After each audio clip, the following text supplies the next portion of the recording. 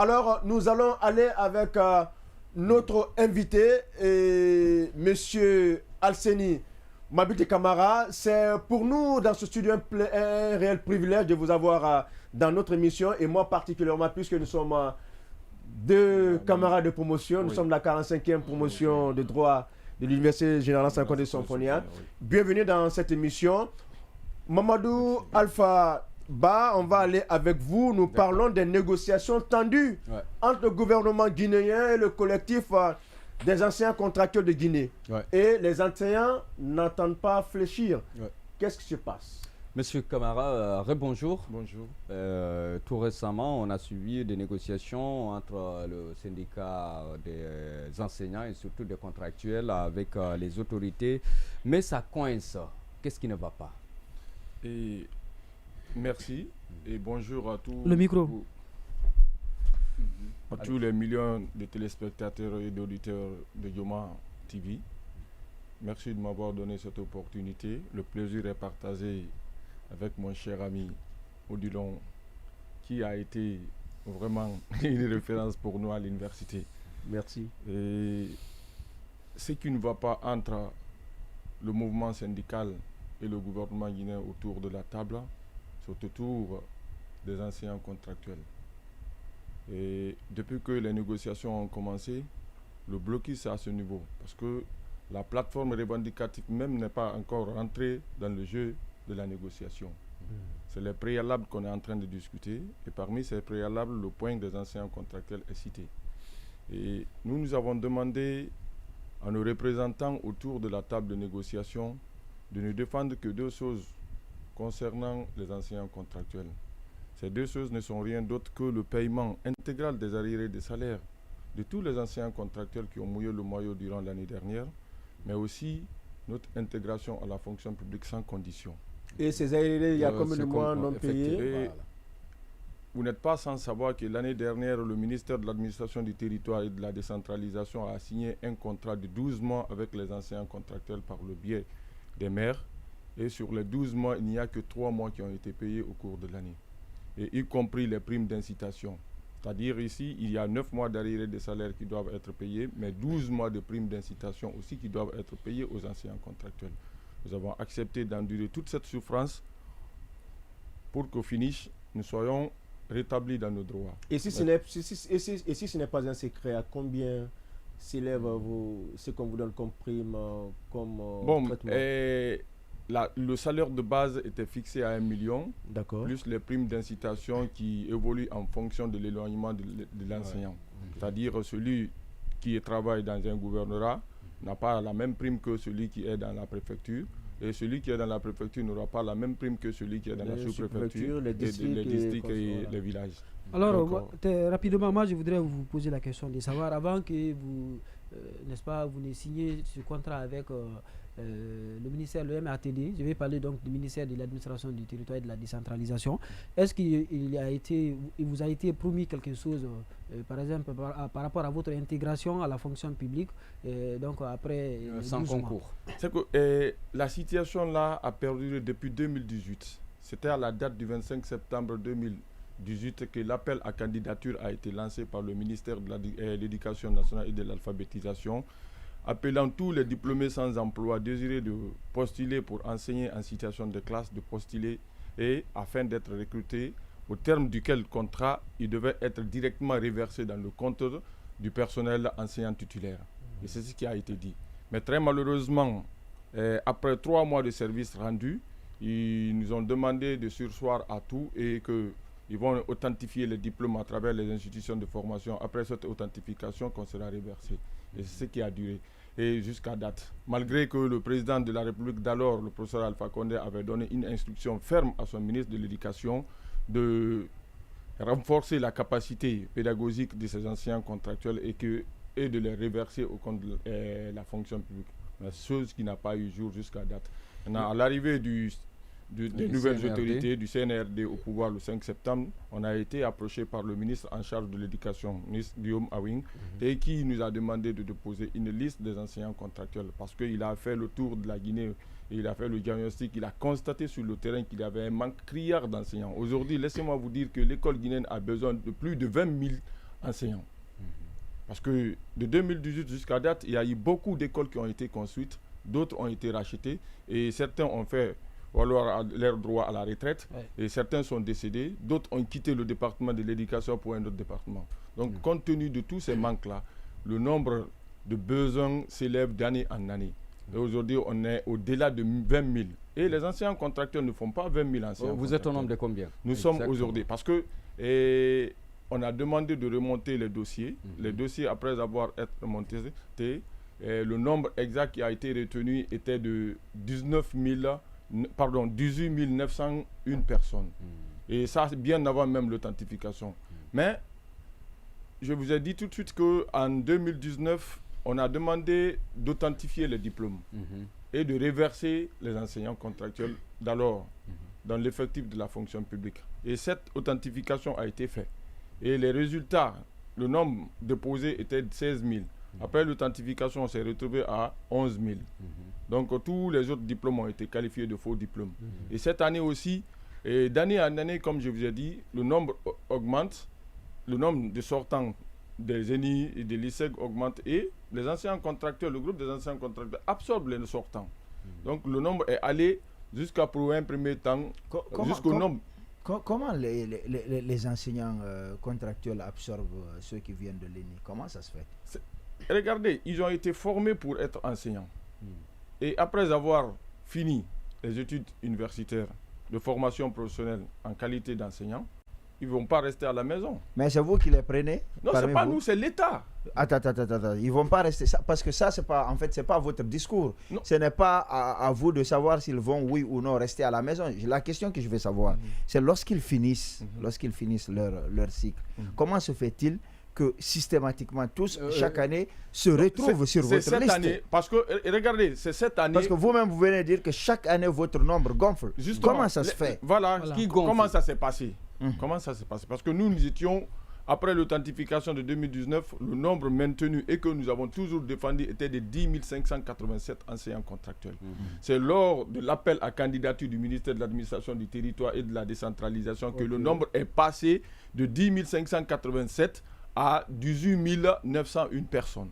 Parce qu'on a ouvert la porte à tout le monde, tous ceux qui sont, même les nouveaux sortants de ces institutions de formation pédagogique, étaient obligés de postuler. Pendant que l'école, même ce nombre-là n'arrive pas à combler le manque à gagner. Vous comprenez un peu? Alors, donc ici... Non, votre souci, non, c'est pas ça. Le souci, ce n'est pas est-ce que ça comble ou ça ne comble pas. Parce que il ne vous revient pas de chercher à combler le manque à gagner. Il y a un département qui est fait pour ça. Voilà, parce que j'entends souvent ce discours de contractuels. Il y a beaucoup de personnes, on peut prendre. Non, on ne peut pas prendre. La question parce que je vous ai suivi avec beaucoup d'attention, vous avez dit que vous voulez une intégration à la fonction publique sans condition. Qu'est-ce que ça veut dire? Sans condition, voilà. On estime ici, après avoir servi l'école de la République pendant 6 ans, contre 0 francs, et qu'ils ne se sont pas rendus compte qu'on n'était pas à la hauteur, c'est-à-dire qu'on n'est pas incapable de tenir les cours. On a prouvé par A plus B. Il y a des collèges qui ont été tenus surtout cette année entièrement. Et le principal, le directeur des études, les professeurs, c'est-à-dire des écoles qui ont été construites mais qui n'ont jamais fonctionné. Seulement cette année, qui ont commencé à fonctionner. Ils ont été entièrement tenus par les enseignants contractés qui ont fait 100% au BPC. Même c'est comme ça. Donc ça veut dire que... il y a des bons parmi vous, mais vous ne pouvez pas dire que tout le monde est bon encore. Non, écoutez... Il faut procéder à des contrôles. Justement, ce contrôle-là, nous, on ne rejette pas qu'on soit contrôlé. On ne refuse pas qu'on soit contrôlé. Qu'est-ce que vous refusez? Voilà, ce que nous refusons, c'est le concours qu'ils veulent organiser. Vous avez peur de quoi? Pourquoi? Parce qu'on a peur des organisateurs du concours. Vous-même, oui. Vous-même, vous venez de comprendre les concours qui ont été organisés au temps du CNRD. C'est les mêmes. La question concrètement, est-ce qu'il y a des indices aujourd'hui qui vous amènent à craindre que, en passant un concours, à douter que, en passant un concours, vous ne le réussirez pas, par exemple? L'exemple typique est le concours qui vient d'être organisé par l'armée, le recrutement des jeunes pour intégrer l'armée. Il y a des jeunes qui ont couru et qui ont gagné, mais qui n'ont pas retrouvé leur nom sur la liste. C'est pas le même département. Mais c'est les mêmes administrateurs, c'est le même système qui continue, s'il vous plaît. Écoutez, on a vu par le passé, écoutez, aujourd'hui, il y a plus de 8000 enseignants titulaires qui sont qualifiés de non formables.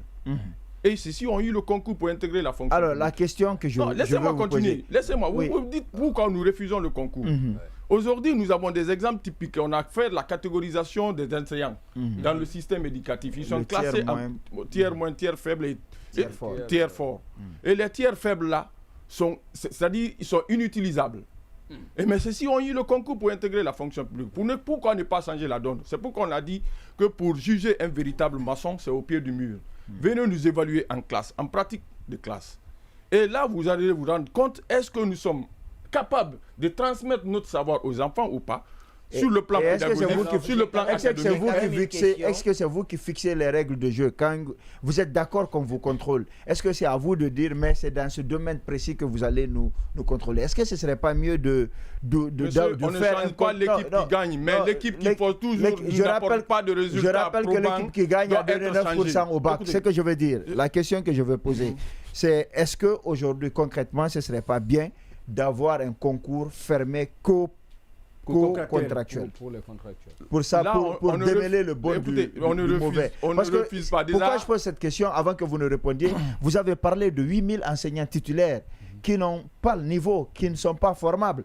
Est-ce qu'on doit encore en avoir plus? C'est-à-dire prendre parmi les contractuels, je reconnais qu'il y en a qui sont très bons, mais parmi vous, si les titulaires, il y en a qui ne sont pas bons, ça veut dire que parmi les contractuels, il y en a aussi dont les cas sont à revoir.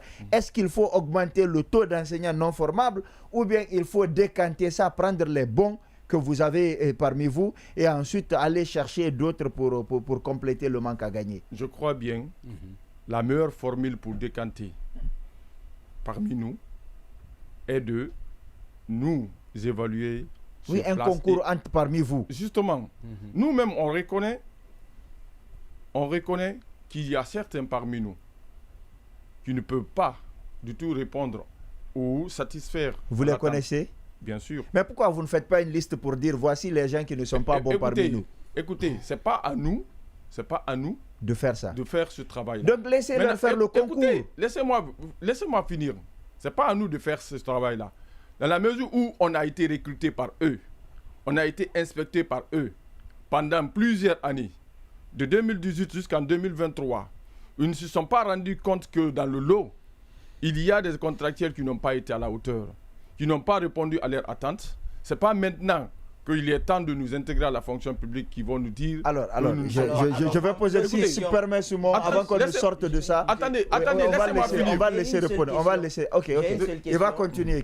Ma question, c'est aujourd'hui, est-ce que votre point de revendication ne devrait pas être les critères du concours que le concours lui-même? Est-ce que vous ne voulez pas le concours tout simplement ou vous êtes contre, par exemple, les critères du concours? C'est que le problème, c'est quoi? C'est que vous devez comprendre... L'expérience est un allié principal de l'homme. De par le passé. Il y a des expérimentations. Laisse-le expliquer. Vous m'avez posé la question, laissez-moi expliquer. Ce que je suis en train de dire. De par le passé, il n'y a pas de souci, on peut polémiquer. Voilà. De par le passé, l'expérience nous a prouvé par A plus B que les concours organisés en République de Guinée ne font qu'amuser les gogos. C'est ça la vérité. Donc, de par le passé, nous nous sommes rendus compte qu'il y a eu des personnes qui ont eu le concours en République de Guinée qui n'ont même pas été dans les centres d'examen. De par le passé, on a vu qu'il y a eu des personnes qui ont eu leur nom sur les résultats des admis qui ne savent pas lire. Est-ce que vous comprenez? Donc, est-ce qu'il est possible pour nous de nous livrer à un tel jeu pour être encore mis de côté au profit des personnes qui n'ont rien à voir avec notre situation? Raison pour laquelle nous les avons dit, nous avons une liste. Regardez, on a été payé les enseignants contractuels pour les 3 mois. Sur les 18 628, quand on a été très strict dans le contrôle, il y a eu 1160 personnes qui ne figuraient pas sur le terrain. Alors, monsieur... Imaginez, et qui a recruté ces 1160? Rapidement. Non, ne laissez pas passer le passage là. Qui les a introduits? Voilà, c'est les autorités, les maires, les DPE, les DSE. C'est eux qui ont introduit ces personnes-là dans les listes.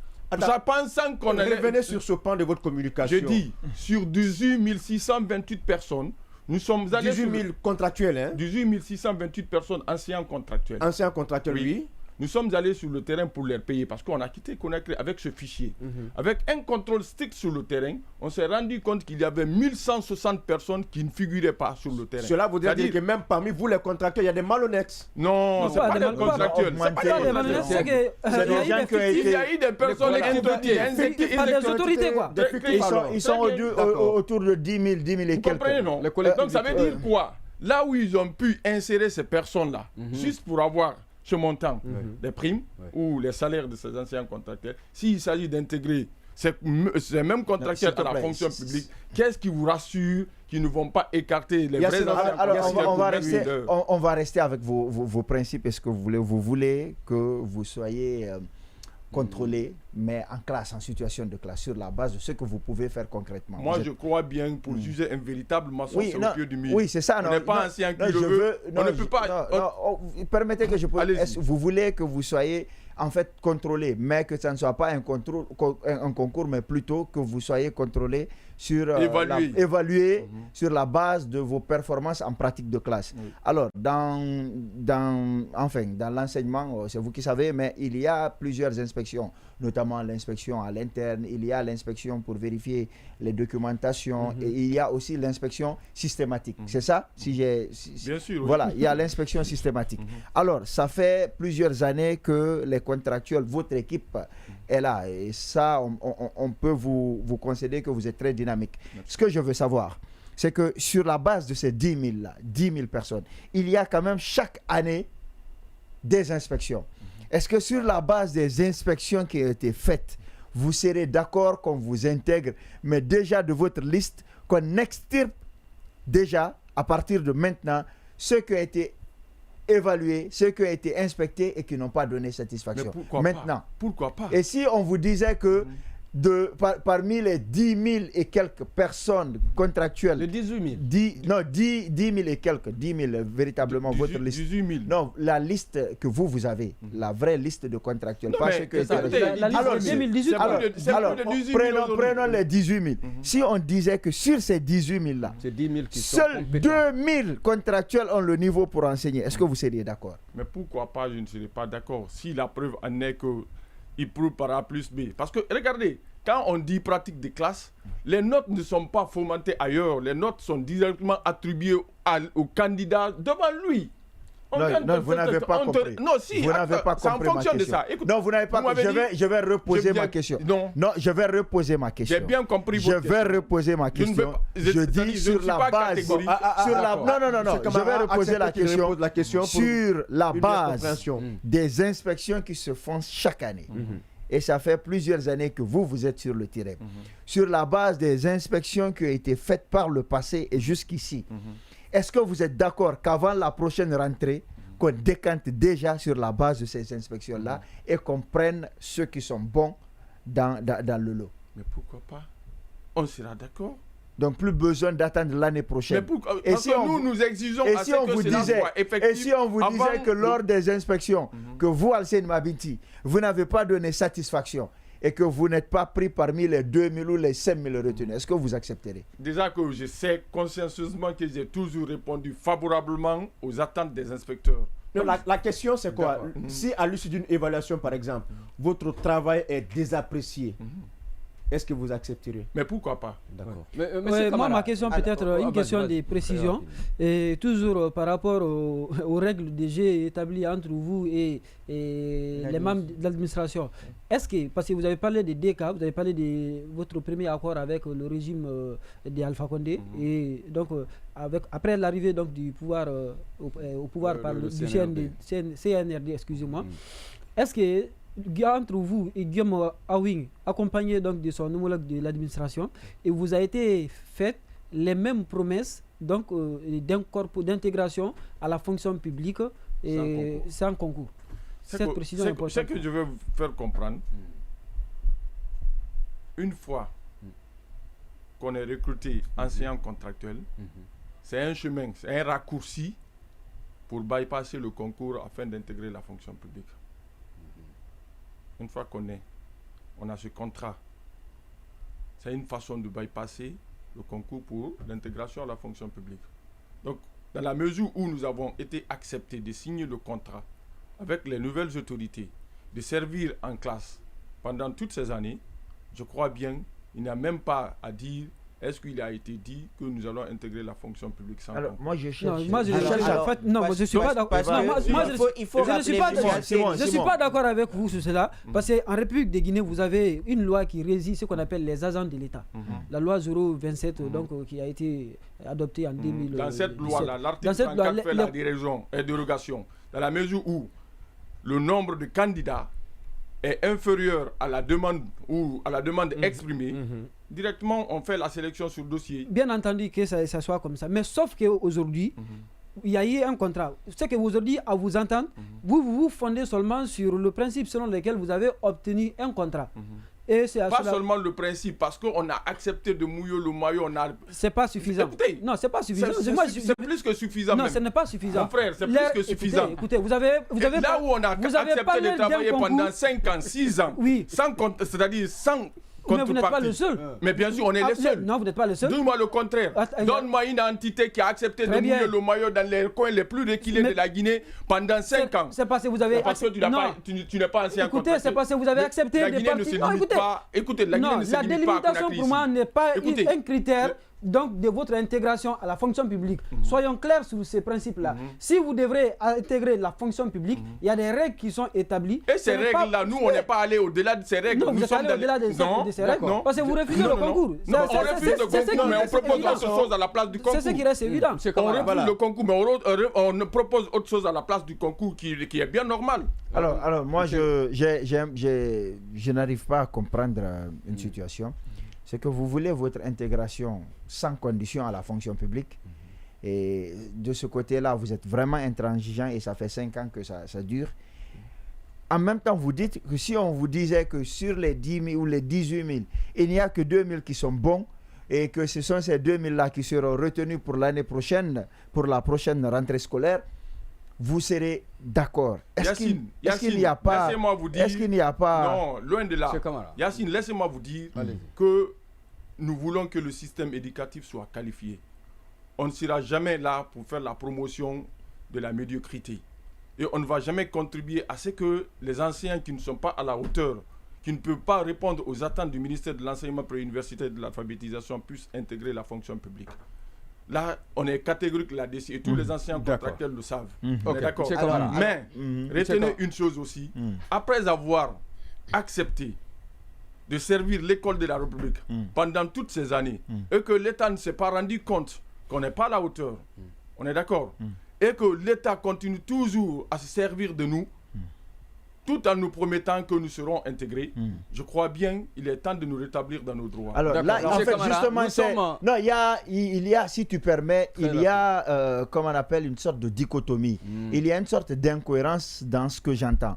Tantôt, j'entends, vous voulez une intégration sans condition. Tantôt, j'entends, sur la base des inspections, on peut éliminer ceux qui ne sont pas bons. Mais tantôt, non, attends, permettez. Quand j'entends que vous avez travaillé pendant 5 ans, on ne s'est pas rendu compte que vous êtes bon. J'entends en même temps que vous êtes d'accord qu'on élimine ceux qui ne sont pas bons. Finalement, qu'est-ce que vous voulez? Quel est le critère? Si vous n'êtes pas d'accord qu'on élimine des gens parmi vous, quel est le critère que vous voulez pour que vous soyez intégrés? Parce qu'on ne peut pas quand même vous prendre comme ça. 18 000 personnes, on dit à partir d'aujourd'hui, vous êtes enseignant. Yacine, je vous ai proposé un plan tout de suite. Le plan aussi simple que ça. On dit, le véritable maçon est jugé au pied du mur. Un vrai enseignant est jugé en situation de classe. D'accord. Mais vous ne voulez pas qu'on enlève des gens parmi votre... On n'a pas dit cela. On n'a pas dit. Si on a accepté qu'on vienne nous évaluer en classe, ça veut dire quoi? De retenir les meilleurs et de remercier les médiocres. D'accord. Aussi simple que ça. Monsieur Camara, nous avons accepté. Mais écoutez, sur la base du concours, on sait que les concours organisés ici, non seulement les sujets peuvent être vendus à l'avance. Nous sommes à un mois de l'ouverture des classes. Si vous n'êtes pas engagé ou bien votre situation n'est pas réglée, à quoi peut-on s'attendre? À une perturbation de la rentrée scolaire. Ça veut dire que vous n'allez pas entrer dans les salles de classe? Ah bon? Vous n'allez pas entrer? Non seulement. Regardez, même ce camarade, c'est pas la première fois. Permettez qu'il réponde. Je vous ai ça, on ne peut pas je ne sais pas quel est le... Vous ne pouvez pas monnayer cela. Mais à chaque fois... Ça, c'est non il va répondre. Alors, ça veut dire... Ici, perturbation veut dire quoi? C'est ce qu'il veut savoir. Ça veut dire que vous n'allez pas enseigner ou quoi? Perturbation veut dire quoi? Les deux conditions posées par l'ensemble des anciens contractuels de Guinée, de Conakry, de Kassa à Yomou. Non seulement les arriérés doivent être intégralement payés, ça c'est une obligation avant qu'on ne reprenne le chemin de l'école, mais aussi notre intégration doit être effective. Et si elle ne l'est pas, tout le mouvement syndical, toutes les structures syndicales de l'éducation aujourd'hui sont derrière nous pour nous soutenir dans ce sens-là. Alors, M. Camara, une dernière question. Écoutez, en principe, n'acceptez pas de cautionner une injustice. Non, on pose des questions. On ne cautionne rien. On pose des questions. Nous sommes victimes d'une injustice. Non, M. Camara, regardez, on accepte de nous prêter le flanc. C'est vous qui prêtez le flanc. Parce qu'à chaque fois, vous menacez. Maintenant, on vous tend un mois de salaire et puis vous reculez. Loin de là. Loin de là. C'était à l'approche des examens. Et on ne peut pas comprendre que nous avons accepté d'enseigner ces enfants. Et à l'approche des examens, on les empêche d'être évalués. Mais c'est là-bas qu'il fallait taper et calmer. Alors, maintenant que nous avons accepté que l'année-là termine et qu'une nouvelle année doit commencer, c'est pourquoi nous mettons tout en place pour ne pas que l'année-là commence tant que les choses ne sont pas réglées. Alors, M. Camara, une dernière question. Pour moi, une dernière question pour moi. Aujourd'hui, vous n'êtes pas à part, c'est-à-dire que vous voulez intégrer la fonction publique.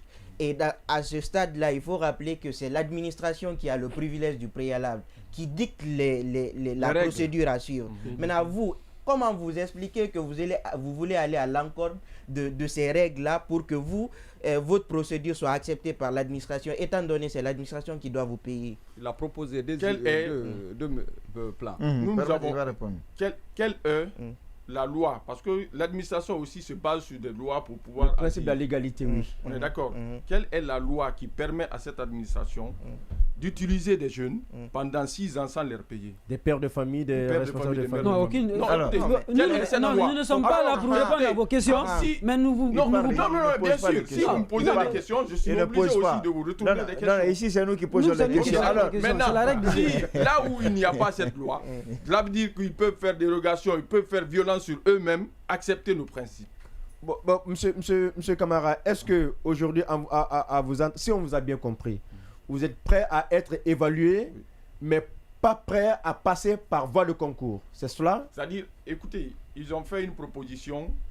Est-ce que c'est le concours c'est le mode de concours qu'ils veulent organiser. Ils disent un concours délocalisé qui sera préfectoral. C'est quelque chose qu'on ne rejette pas en bloc, vous comprenez? C'est quelque chose qu'on ne rejette pas en bloc. Sauf qu'ils ne sont même pas prêts pour organiser ça aussi. C'est ça le balai.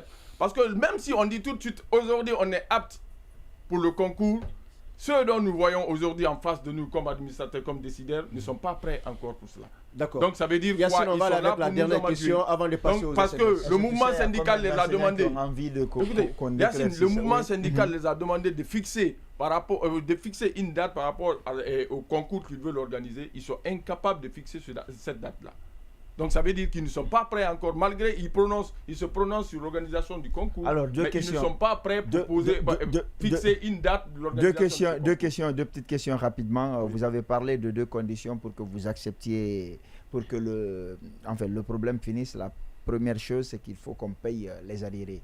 Et la deuxième, votre intégration à la fonction publique. Alors, si on vous appelait pour vous payer l'intégralité de ce qu'on vous doit, est-ce que vous allez accepter d'aller lors de la prochaine rentrée scolaire donner les cours en attendant que votre situation ne soit régularisée? On est catégorique là-dessus. Déjà, les arriérés de salaire, c'est un acquis, c'est un droit. Ça, je vous le concède. On est d'accord. Maintenant, l'intégration, c'est le point neural.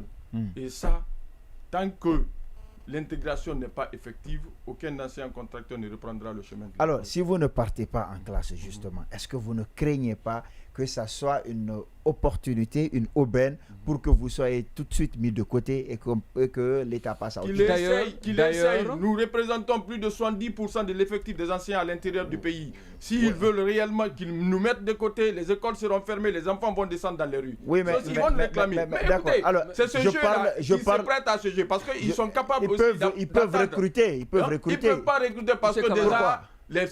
ceux qui sont censés d'enseigner sont dans le lot des enseignants contractuels aujourd'hui. Oui, mais s'ils appellent à candidature, est-ce que vous savez, il y a combien de diplômés qui peuvent enseigner et qui ne sont pas sur votre liste? Vous n'êtes que 18 000. Il y a combien de personnes Il y a combien de personnes qui ont envie, comme on le sait en Guinée, qui ont envie d'intégrer la fonction publique? Est-ce que vous ne pensez pas que vous jouez à votre perte?